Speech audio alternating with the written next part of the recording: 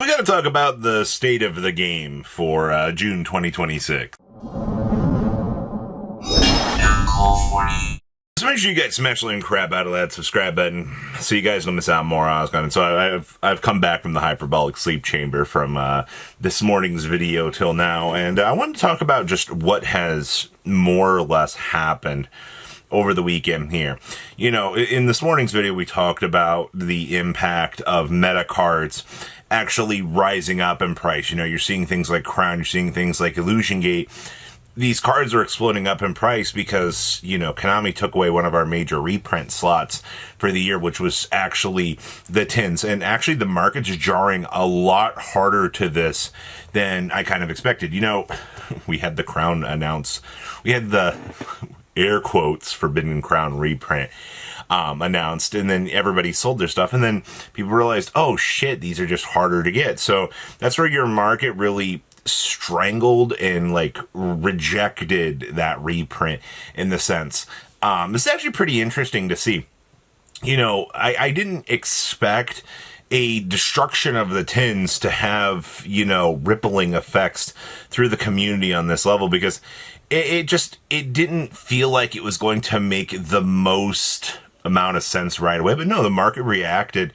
I guess you really shouldn't underestimate the, you know, power that the market kind of goes through on these ebbs and these flows and so forth. So yes, meta staples right now are just purely unrealistic. I'm actually quite impressed with this little push through.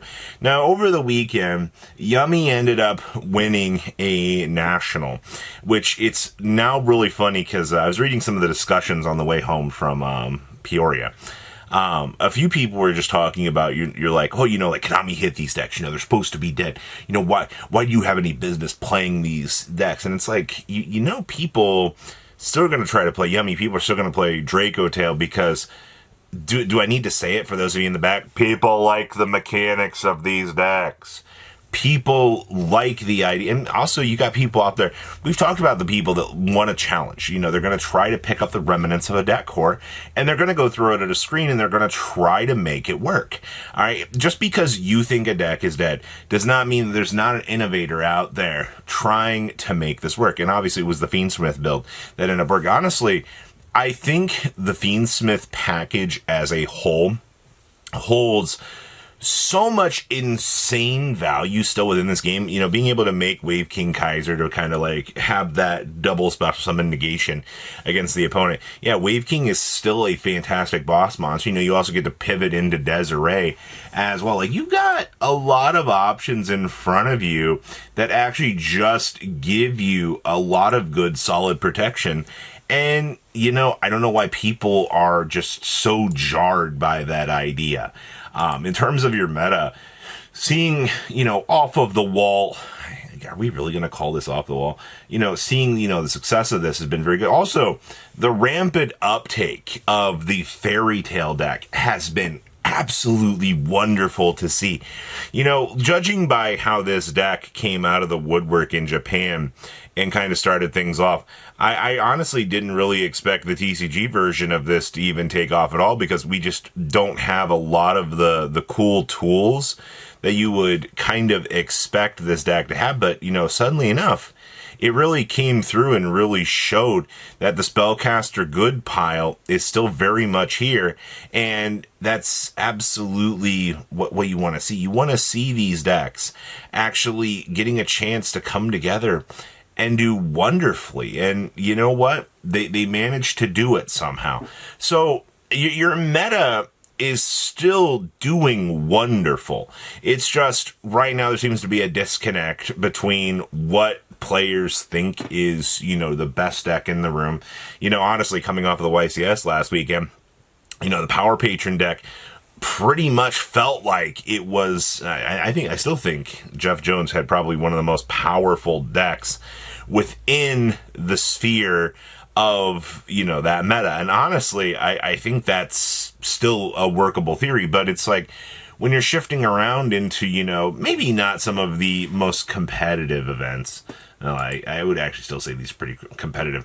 You've got things like Yummy. You've got things like, you know, Doomsy. Doomsy's still an incredibly powerful deck within today's meta. You've also got things like Ryzel that are still coming about. Also, the situation with Cool Tune.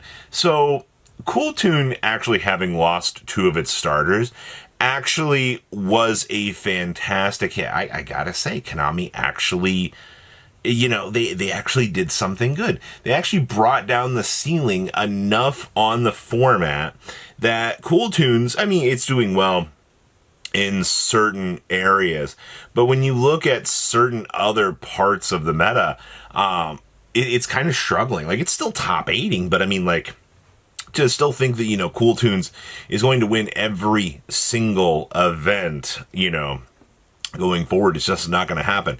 And you've also got to remember, you have battles coming into the fray literally this week. All right. If you don't think that, you know, somebody's going to cook up with something Shadal related, I have some bad news for you. And it's also like the same thing that's going on right now with Enneacraft. You know, if an Enneacraft player decides that they're going to enter into a tournament and they're absolutely just going to destroy, you know, the meta right now, you're just going to have an absolutely bad time in terms of what that deck is capable of. And obviously, I've already seen the memes for people being like, well, you shouldn't have went up to Chain Link 5. You know, you did that to yourself. And I mean, like, yeah, you definitely did do that to yourself, honestly. If you hadn't gone up that far, you know, Spia wouldn't have blown you out. Also, Branded right now is still doing fine. Branded, I know is just like the greatest board breaker deck that you can kind of have in the room right now. The deck just does so many like stupidly good things. It's actually kind of crazy to think about. Obviously, you know, board breaking is literally your friend. So, but in terms of, you know, where the market's sitting, where the meta is sitting going into the beginning of this month, I don't feel like things are necessarily in a bad position right now. I would say the market on the competitive side is going to get a whole lot worse. I know a lot of people aren't going to be too happy with looking at the price increases on metagame cards over the next couple of months. And realistically, I get that. You know, meta cards should be a little bit cheaper, but, you know, as much as like, you know, the tins have been a cornerstone product for years, Konami just, as a company, couldn't find a way to make it work. And that's crazy because they're what? A small indie company at the stage now. They failed to realize that, you know, you need to create good product value, but instead, you know, they killed the tins to be able to push out the next Maven style set. And, you know, I guess the last part of this video is like, you guys still know there's a heavy allocation wave coming on this. You know, there's still craziness. Kong still has pre-sales up on the set. You know, if you want to, you know, you're basically trying to get the guarantee on the price. A lot of stores are already calling on releases said it's going to be $20 a pack, which puts them at probably some of the craziest numbers that, you know, we've seen. There's going to be so many collectors wanting to pick up the serialized cards. It's actually insane. Like, Yu-Gi-Oh! Has actually created some of the most insane value that I have seen within years within this game. And it's not necessarily a bad thing to see all of this value being created, because it actually makes the cards feel like they're worth something now. You know, considering the fact that we just had a 3-year downward slope of literally just disappointment. You know, why are these cards so, you know, when you're in that downward slope for so long in terms of value, yeah, it does kind of become frustrating for some of the players. And I know a lot of people watching this aren't going to really, you know, you probably come into the game on a shorter span, or, you know, you've not really paid attention to the long-term scope of the market, but this is a really good time for the game. Like, honestly, probably some of the best that I have seen in years. And actually having that, you know, guaranteed, I want to say like safety net for the time being, is doing more for the game than you could ever truly expect. It's just, it's disappointing for the sector of the player's wallet. So we'll kind of see where that goes. But that's where we're at right now. It's more will come, but please leave a comment down below. Tell me what you guys think. I'll see your beautiful faces back here in a day, guys. Patrons, thank you.